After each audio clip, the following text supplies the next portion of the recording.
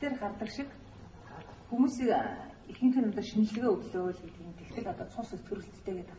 Одоо яах вэ гэсэн чинь натрийн хлорид тариул үгүй бол одоо аспирин уух юм бол цус их шингэлдэг гэдэг. Үнэхээр одоо бас энэ ялангуяа өсвөр насны хүүхдүүдээр ч бас зарим яригдах юм, бас жирэмсэн эмэгтэйчүүд дээрж ярих юм. Тэгэхээр хүний цус үргэлж одоо тийм ямар тохиолдолд өтгөн болчиход байд юм бэ те? Ер нь энэ дээр нэг хоёр юмыг л хооронд нь хүмүүс ялгаж ойлгохгүй. Цусны тэр өтгөн шингэн байдлын үзүүлэлт, өтгөн шингэн байна уу? Нөгөөх нь бүлэглэлт хоёрыг хооронд нь хойлоод. Бас ер нь хүмүүс ингээд шинжилгээ өгсөн чинь манай шинжилгээ авсан сувилагч ч юм бол аврагт нь миний цусыг хараа пөх ямар өтгөн хар юм бэ гэж хэллээ гэлдэг. Энэ бол ерөнхийдөө тийм байх боломжгүй. Нүдэрээ хараад цусны өтгөн шингэнийг тодорхойлох ямар ч боломж байхгүй.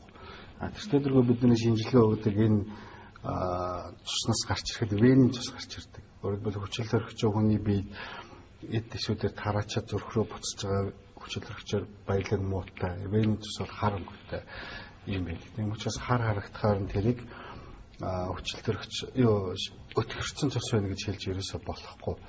Яг ямар үед ер нь цусны өтгөн шингэн гэж ярих хэрэгтэй юм бэ гэдгийг одоо үзье. Энэ дээр бол жишээлбэл энэ судас байна. Судсан дотор ингээд цус урсж байгаа бахна. Цусны дотор энэ цусны улаан эсүүд байна. Хамгийн ихэнх хувийг эзэлдэг. Энэ яганаар зурцсан энэ цагаан эсүүд нь бахна. Цус ерөнхийдөө ингээд хамгийн бүдүүн дамаар авч үзэх юм бол нэг иймэрхүү бүтцтэй. Тэгээд цусыг тэр удаан хугацаагаар ингээд тунгаах юм бол яг ийм зураг гарч ирдэг. Тэгэхээр нөгөө улаан эс гэдэг нөгөө хүчил төрөгч зөөгчтэй улаан эсүүд 100 г цус байлаа гэхэд 45%. 45%. Нөгөө цагаан эсүүд бол нэг маш бага 1%-аас ер нь бага шахан байдаг. Дээр нь өнгөр шиг тогтдог. Тэгээд 55 орчим хувь нь бол сивэн буюу одоо цусыг шингэн байлгаж байгаа шингэнд бахна шүү дээ. Тэгэхэд энэ хоёрын харьцаа ойролцоогоор 45% бахна шүү дээ. Энийг л цус шингэн өтгөн гэж болно ярих хэрэгтэй. Өтгөн хэсэг нь энэ байна. Шингэн хэсэг нь энэ байна. Тэгэхээр өтгөн хэсэг нь нийт цусныхаа 45% байх. Эрэгтэй эмэгтэй хүн дээр жоохон хэлт бэлцэлтгэлтэй 38-аас 45%. Тэгээ хүний юм идсэн уусан үеэ шалтгаалж байгаа. Ерөнхийдөө ойролцоогоор 42-3 ч юм энэ хавтаа байх шүү дээ. Тэгэхээр энийг бол яг шинжилгээгээр бол гаргаад өгдөг. Гематокрит гэж үзүүлэлт байдаг. Энэ улаан эснийх нь хувь хэд байна гэдгийг хэлдэг. Тэргээр тодорхойлохоос гаднаас нь хараад бол тодорхойлох боломжгүй. Хоёрдугаарт энэ бол тогтвортой үзүүлэлт. Хүн дээр бол ерөөсөө л нэг ойролцоогоор 38-аас 45, ер нь дунджаар 42 хууль байдаг. Энэ шингэн болвол зүрх ашиггүй ажиллаад эхлэх нь. Маш их шингэнтэй энэ улаан эсээ баг зоогоод эсүүд дээр ч гэсэн судсуудаар ашиггүй ажиллах нь. Өтгөн болох юм бол энэ тэндээ очиод бас хоорондоо наалдаад бүглэрх аюултай. Тийм болохоор энийгээ тогтмол байдаг. Ер нь цусны ихэнх үзүүлэлт тогтмол байдаг. Тэгэхээр энийг нэг удаа натр холоор ч юм уу глюкоз хийгээ шингэрчин гэсэн ойлголт ерөөсөө байхгүй. Нэг удаа натр холоор хийхэд магадгүй удаахан шиг тусаагаа 2 цагийн хугацаанд 500 г хийхэд хий дуусаагүй байхад энэ үзүүлэлт ялгүй шингэн ялгүй ихснэ хий дуусаагүй байхад 2 цагийн дараа ихэд яг энэ байрлалтай байна. Тэрний гаднаас шингэн хийгээд бол бараг өөрчлөлт болохгүй. Хэрэг хүн шингэн алдсан, гуйл гэсэн цус алдсан тэгээд магадгүй өтгөрцөн байж болно. Тийм тохиолдолд эмчилгээний заалтаар шингэн нөхөх юм бол алдагдсан шингэн нөхөгдөд эндээ үлддэг. Илүү юм нь бол гараа авчих нь дотор юм байсан бол нөхөгдөж болдог. Энэ бол өөрчлөгдсөн тохиолдол маш бага байдаг. Ангад сангасан тохиолдол цөлд олон цагаар юм уу 2-3 өдрөөр ус уугаагүй бага ус уусан тохиолдол, гүйлгсэн тохиолдол гэдэг юм уу цөөхөн тохиолдол. Тэгэхээр энэ цусаа шингэлнэ гэж хүмүүсийн ярьдаг бол уул нь энэний тухай ярьдаг. Энэ бол баг өөрчлөгддөг. Бидний цус бол одоо ойролцоогоор яг л адилхан байна. Хүмүүс цусаа шингэлнэ гэж өөр юмыг яриад байдаг. Тэр нь юуг ярьд юм бэ гэвэл цусны бүлэглэлтийн системийг л арай амархан бүлэгнүүлчихэд байхгүй. Тэр утга тийм ч цус шингэлэх гэж аспирин уудаг. За бид нэр эмчнэрийн хэллэгч гэсэн жоохон буруу талтай юм шиг байна. Аспирин уу гэж хэлдэг. Гэхдээ арай цус шингэл гэж хэлдэг л да. Уул нь аспириныг бол цус шингэлэх гэж биш. Яг жинхэнэ утгаараа бол саяын шингэний харьцааг өөрчлөх гэж биш. Харин судсан дотор хүний бие бол яг энэ зураг дээр байгаа шиг энэ бол зөвхөн магадгүй нэг уушгины нэг хэсэг ч юм уу гойны булчингийн нэг хэсэг битүү юм судас байгаа. Энэ судасны тархины чиж магадгүй. Энэ судаснуудын хаана ихтэй ингээд бүлэн үүсчих бий. Болоогүй байхад зохисгүй үед бүлэн үүсчихвээ. Тэгээ тархинд үүсч бол цусаргасан болно. Зүрхэнд үүсч бол инфаркт болно, тийм ээ. Гуйнд үүсчих юм бол гуйны өвдөх нь шүү дээ. Тэгэхээр тийм бүлэн үүсэхээс урьдчилан сэргийлэх гэж нэг 20-30% магадaltaй урьдчилан сэргийлэх гэж аспирин болгодог. Тэгэхээр энэ бол цусны шингэн өвдөхөнтэй хамаагүй байх нь шүү дээ. Юутай хамаатай гэвэл аспирин уух бүлэглэлтийн тухай асуудал яригдж байгаа юм. Судсаар цусурсаж байна. Гэтэл энд ямар нэгэн байдлаар ингээд гэмтэл аваад цорчих юм бол хамгийн эхлээд ингээд энэ цусны дотор явдаг ялцууд нь эхэлт наалдаад одоо энэ наалдаад энийг таглах гэж оролдох нь том байх юм бол чадахгүй. Тэгээд тэрний дараа энэ дээр ийм фибрин буюу ийм утас шиг торнууд үүсэж буугаад тэр торн дээр тэр өвчл төрөгч зөөх зорилттой гэж ярьж исэн эритроцитууд маань хурц ирж буудаг. За энийг энэ зурган дээр дахиад харъя. Энэ ингээд судас байна.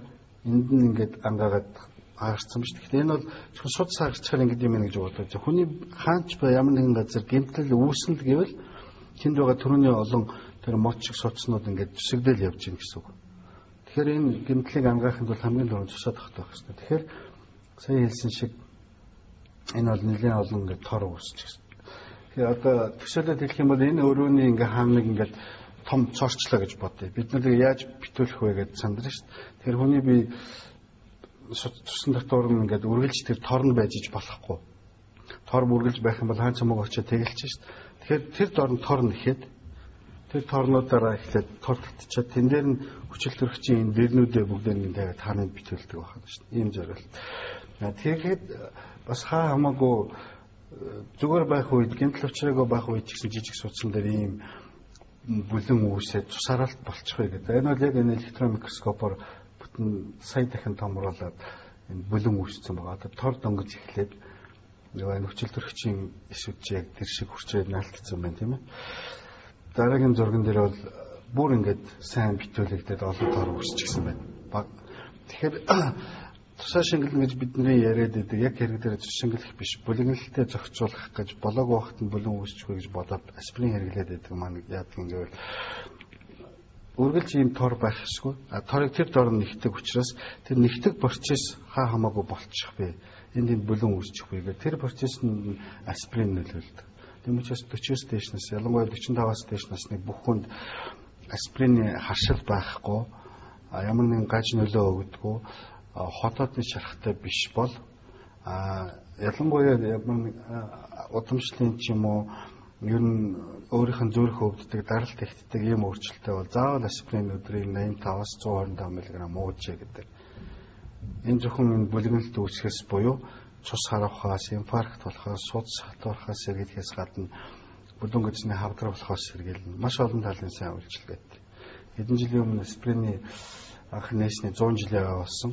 Хүн төрөлхтний нээсэн хамгийн гайхамшигтай юм нэг гэж тэнд эрдэмтдийн дүгнэлт гарсан. Жишээлбэл одоо Америкт жишээлбэл хүн инфаркт боллоо гэхэд хамгийн түрүүн нитроглицерин өгдөг, аспирин өгдөг 100 г. 100 мг аспирин өгдөг. Аспирин өгөхөд бол нэг 20-30% нь 100 хүний 20-30% нь бүр ингээд цааш нарийн судсууд дээр нь бүлэн үүсээд зүрхний булчинг өвхжүүлэх айлаас аврах нь шүү дээ. Тэгэхээр шингэлэх монголчуудын нэг цус өтгөн байна, цусаа шингэлнэ гэж яриад байдаг бол нэг ийм хоёр ойлголтыг салгаж ойлгох хэрэгтэй болоод өөрөлдөл цусны өтгөн шингэн гэдгийг тухай яриад байна уу? Бүлэглэлтийн систем, бүлэглэлтийн эсрэг систем хоёрын тэнцвэр алдагдана. Тийм учраас хүсээгүй байх үед хамаагүй дэрхтэнд жижиг том бүлэн үүсчихвэ. Тэрний сэргийлэх тухай ярьж байна гэдгийг ойлгох хэрэгтэй. За тэгээд ингээд танд баярлалаа. Манай нэвтрүүлэгт хүрэлцэн ирж маш олон сонирхолтой асуултанд маань хариулт өгсөнд баярлалаа. За та бүхнийг цаг гаргаж үзсэнд баярлалаа. Залуу харагдах дараах жорыг дуулгая. Нүүрний арсанд өвчлөө суух нь биологийн настай холбоотой хөгшрөлтийн зам ёсны тол боловч орчин үед түүнийг аль болох удаашруулж ямар ч насны хүнийг наснаас нь залуу харагдуулах мянган жор бий. Хөгшрөлтөө сэргийлэх арчилгаа зөвхөн массаж хийлгэх, тос түрхэх тухай явц ойлголт биш юм.